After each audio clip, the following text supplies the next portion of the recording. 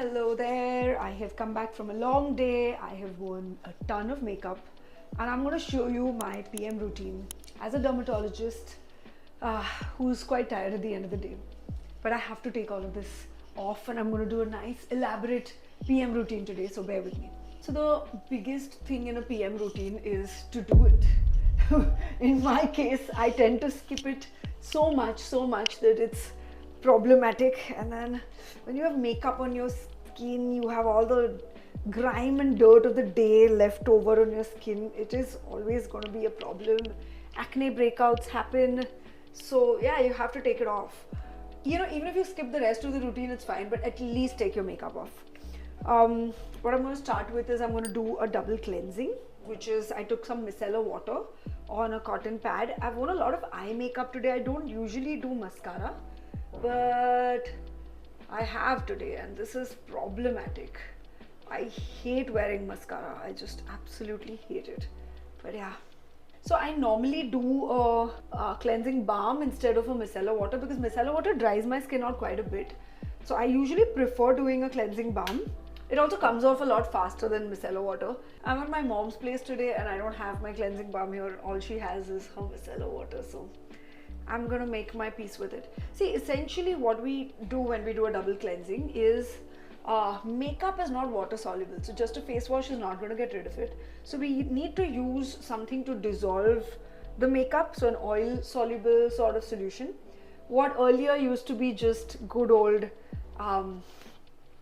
Johnson's baby oil used to do the job, but of course that's comedogenic, so we can't really use a Johnson's baby oil on our skin anymore. So we use ingredients like micellar water or a cleansing balm or a cleansing oil to dissolve that makeup, and then you wash it off with a face wash. So it's literally as simple as that. Next, we're going to use a face wash and wash all of this gunk off. Okay, I can now safely say that it's all gone. So what we're going to have to do next is we're going to add in some hydration. So I'm using our own hyaluronic acid serum. I love this guy.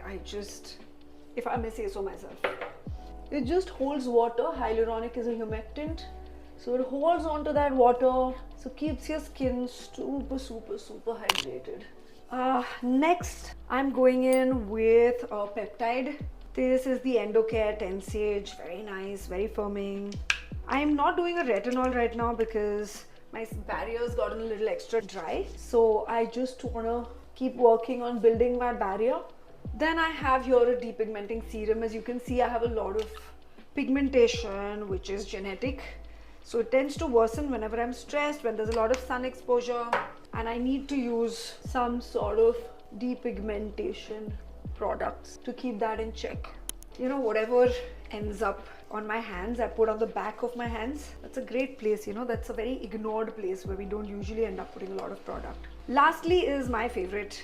This is also a peptide-based moisturizer. Beautiful, it's luxurious. This is the Skin Dose Time Filler by Uderma. It's one of my favorites. I really like it. The one last thing I forgot to show you was lips. I have perennially dry lips. So one hack that I do very often is I just put a little bit of hyaluronic while my skin is like, my lips are still a little moist, and I normally would do a Vaseline here, but can't seem to find any at my mom's place, so I'm putting a little bit of CeraVe, heavy sort of occlusive moisturizer on top of it.